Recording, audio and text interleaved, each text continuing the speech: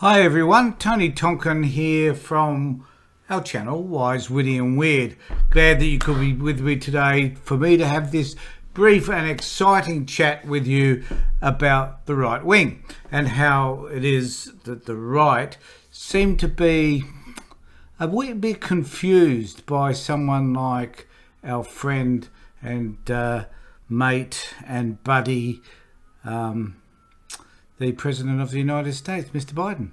Because what they're doing, and this is not just Australian media, but it's also in the US from what I've observed, they are a wee bit confused about what to do with a man who actually knuckles down and gets the job done. And somebody who does not necessarily tweet every day, oh my God, he doesn't tweet at all, who doesn't say outlandish and strange and bizarre things, who doesn't continually criticize other people, who simply gets down and gets to work. And to me, that's Joe Biden. Now, it's only fair to say that I don't think I necessarily, I guess I understand my own biases. I know where they come from. I know why they're there. You know, I was a fan, for example, of Barack Obama, particularly a fan of his wife, Michelle. I think she's absolutely fantastic.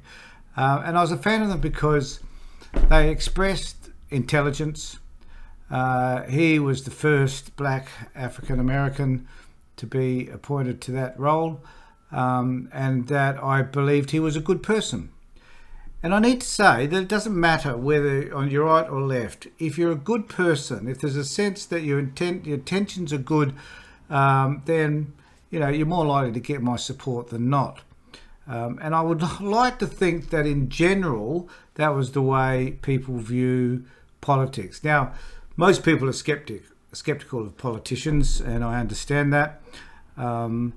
But there are good politicians and there are bad politicians. I think there are those politicians who get into politics because they really believe that they can make a difference, and they're going to work in order to make that difference, and they're going to be successful come hell or high water. And unfortunately, though, I guess a lot of those people don't survive the journey either. That they'll get pushed out, that someone will find some sort of leverage against them, or they get sucked into the vortex and they become the very politicians we don't want, and they get sucked into whatever sits around Canberra here in Australia or Washington in the US. But there are some politicians who are just disgraceful, and I view Donald Trump as one of those politicians. There's not much you can say about his character that warms you to him. The only thing he had going for him was he just happened to burp and fart at the right time in the US elections. And in doing so, he captured a degree of the population, the majority in fact, that thought that he had something to offer, but simply because it was different to everybody else. And look, I understand also the reason why we want somebody that's different, that's going to shake things up, that's going to make a difference. But what we do now have in the US is a completely polar opposite to that in Joe. And the right wing are finding that a wee bit difficult to take. There was a news article came out last week, I think, that referred to Joe as boring.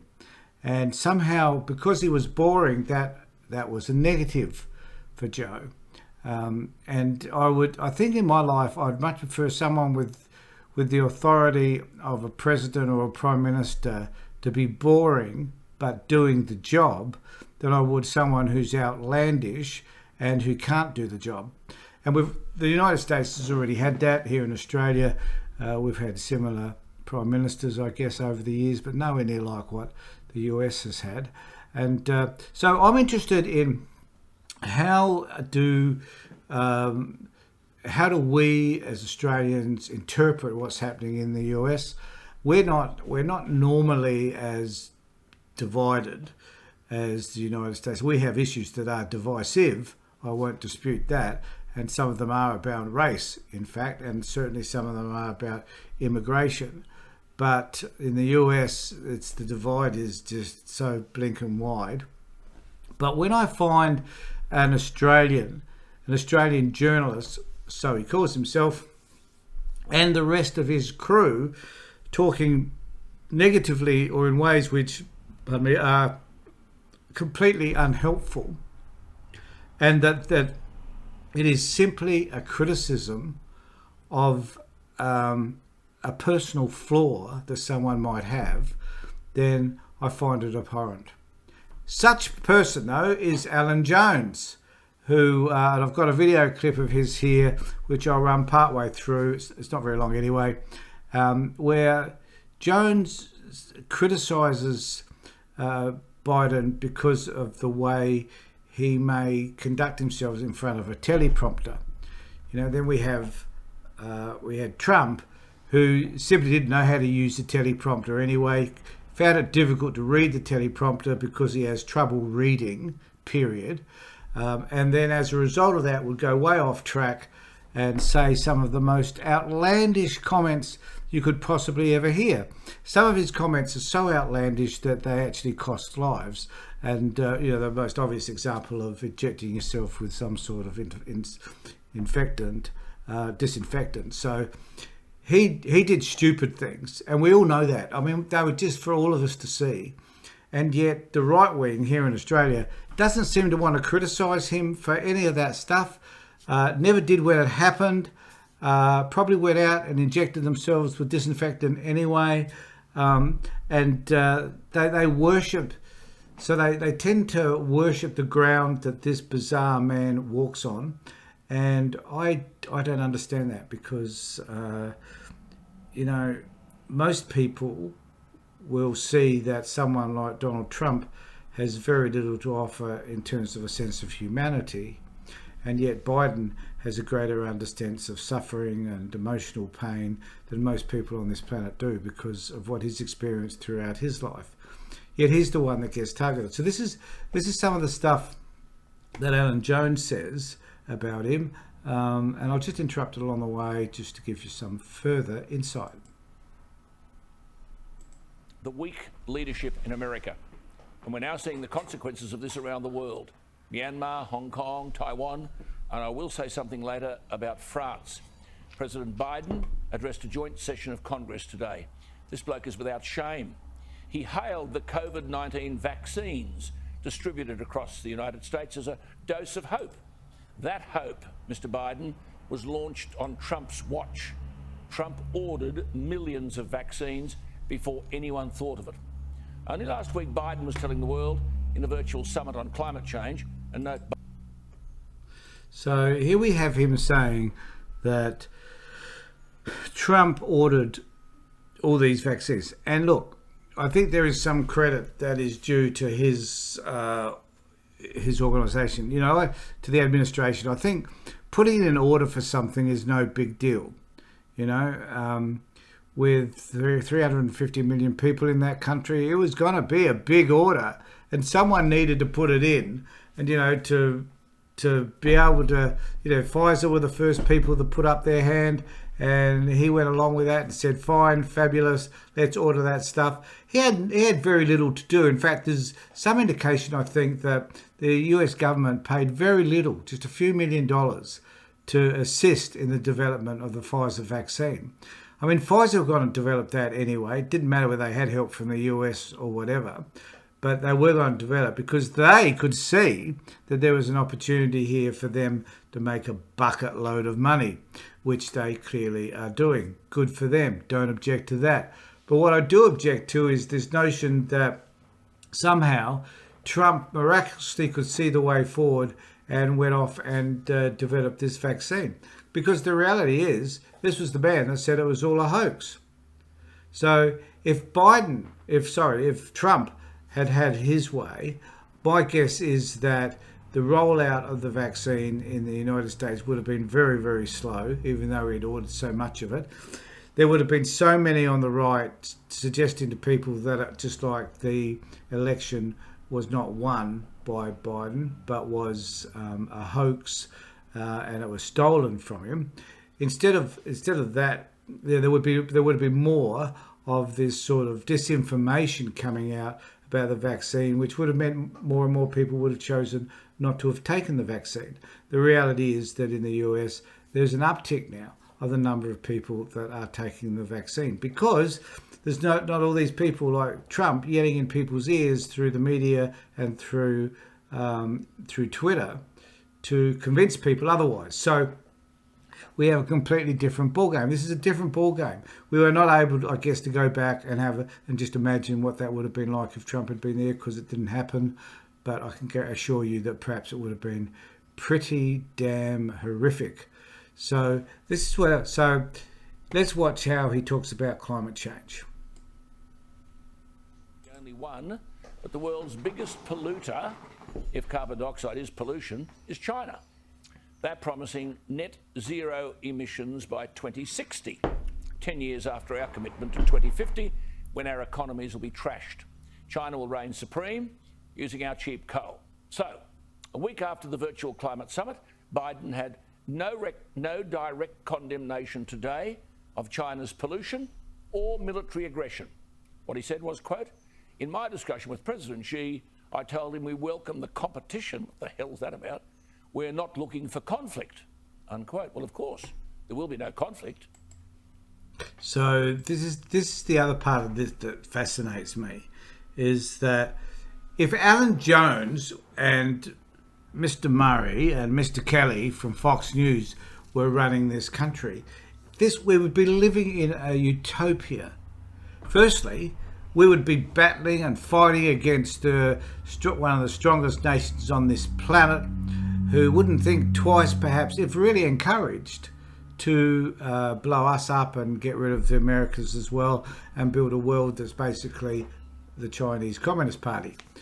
But so if a person goes in a more conciliatory way, if they're not going to look for the sort of conflict that these dudes are suggesting that perhaps they should, if they're less confrontational, then somehow they're not doing the right thing, according to people like Alan Jones.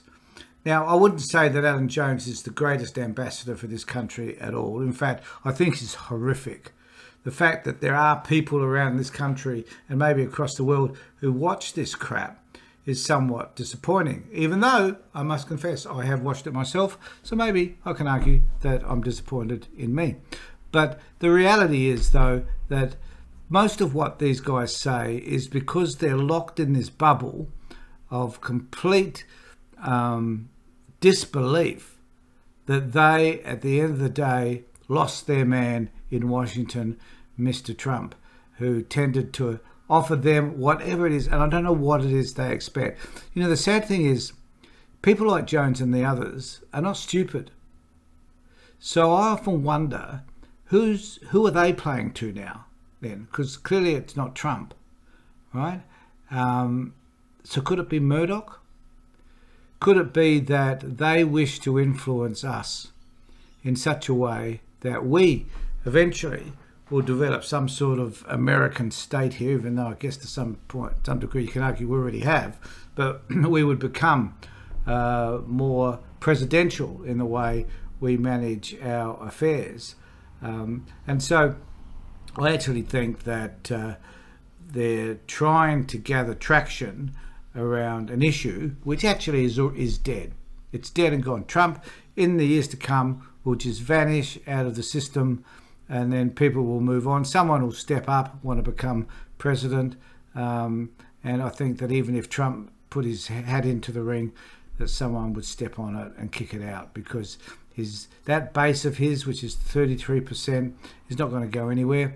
It's never going to get any greater, and as long as the Republicans are divided in the way that they are, then they're never ever going to gain the upsurge that they need in order to win over the Congress, even though they're working really hard at this by messing around with the electorates and changing legislations so that the more disadvantaged people in the community will not be able to vote, or they'll make it very difficult for them to vote.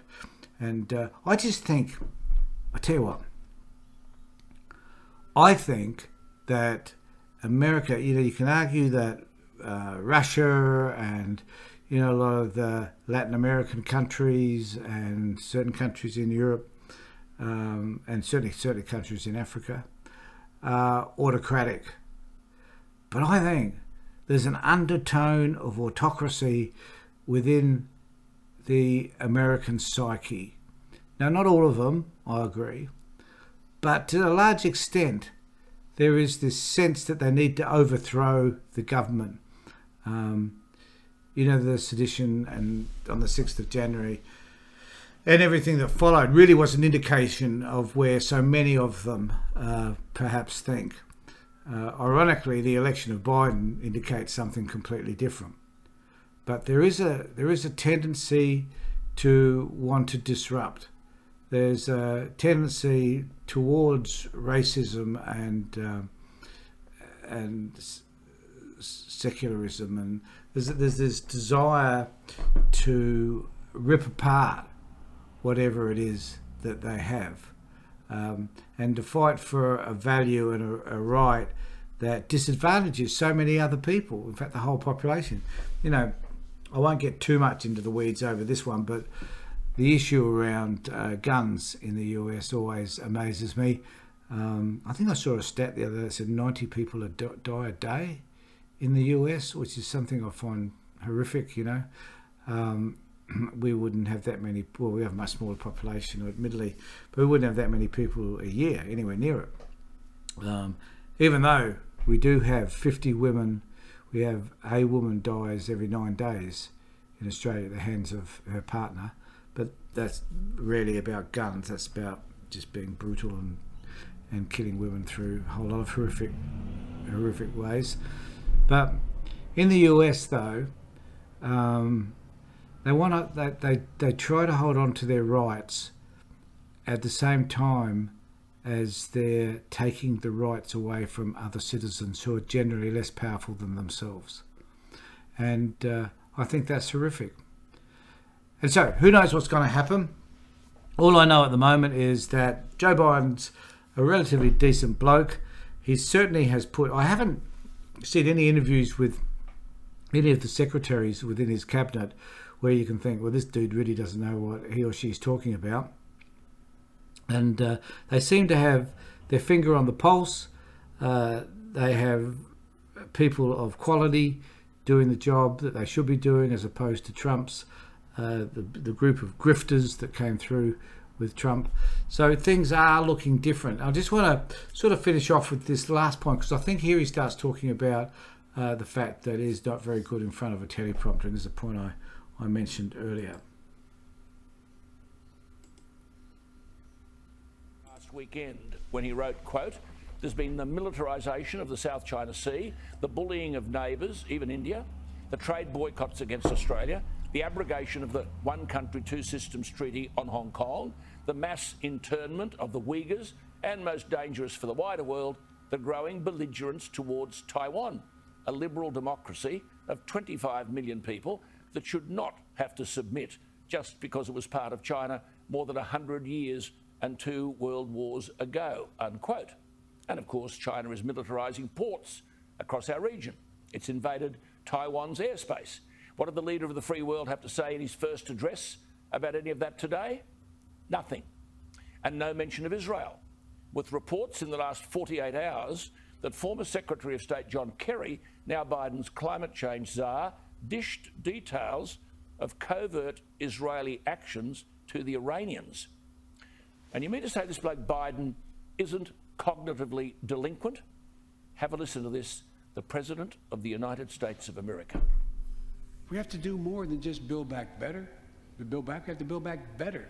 With regard to Russia, I know it concerns some of you, but I made very clear to Putin that we're not going to seek escalation.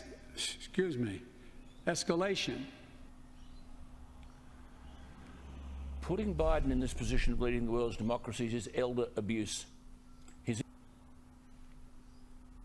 I find that statement completely offensive. Biden knows more about international relations than this bloke here, Alan Jones, could ever know. He has been in that position for well over 40 years. He has held the second highest position in the United States, and now the highest. So to insult his intelligence, I think whenever Biden makes mistakes using a teleprompter, and I understand that, and part of that reason is that he over the years he's had to overcome a stutter. I know that when people are nervous, that's no matter how they try to control it, sometimes that stutter gets caught up in the anxiety.